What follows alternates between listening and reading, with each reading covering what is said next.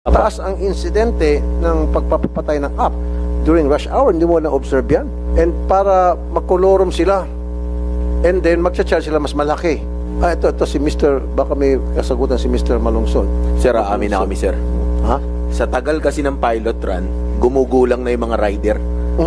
Ang tagal nyong i-regular to, gawing batas to, nakakaisip na yung rider ng bagay na papabor na sa kanila.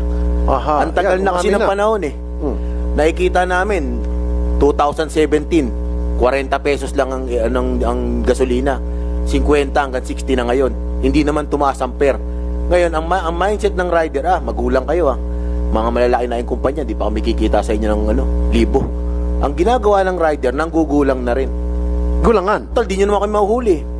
Puro lang kayo pilot study. Dalubhasa na nga ako eh. Okay. Sa tagal ng pilot study, graduate na ako, 4 na taon. Magmamasteral na.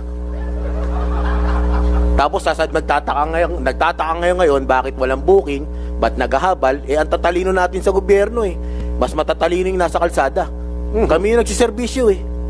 Ayaw nyo makinig sa amin, di gagawa kami ng para kumita kami ng mas malaki rin. So, kung hindi natin po ililigal to, ilang taon na, si Ariel nga eh, tumanda na rin eh. So sino sinisisi mo dito? Gobyerno na po. Ang tagal na ng pilot study. Ang sabi noon, nag-uusap kami, pilot study, 6 months to 1 year. 5 taon na po, masteral na. Mano man lang sana, sir, every now and then, nagbabago ng LTFRB chairman eh.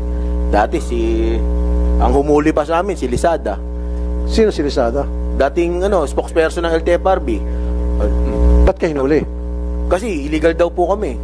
Yun lang alam namin na hanap buhay pag bumotorsiklo eh. Matagal na yung habal-habal eh. Wala pa sila sa gobyerno, may habal-habal na eh.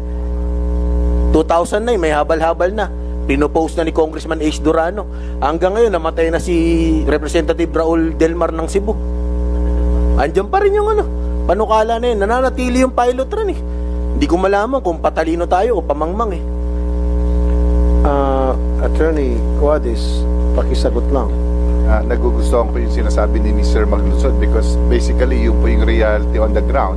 Siguro it's a wake-up call in such strong statement po, no? But we appreciate that. Mr. Maglunsod, thank you so very much for raising that issue.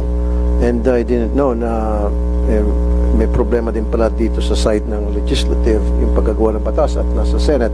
And bago lang po akong chairman ng transport. So baka na-overlook lang yon. So I'll look into it. I'll make sure na the ball will start rolling again. Maliwanag ko lang, sir, kasi dati pumasa na yun sa Congress, 17 Congress, pasado sa Congress.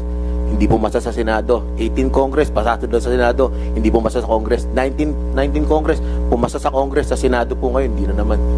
Kasi sir, kada mag-election po, lagi kami nagagamit mga rider. Lagi kami tinutulungan pag tuwing election. Pagtapos ng election, hindi na kami natutulungan. Iwan na naman po kami sa ere.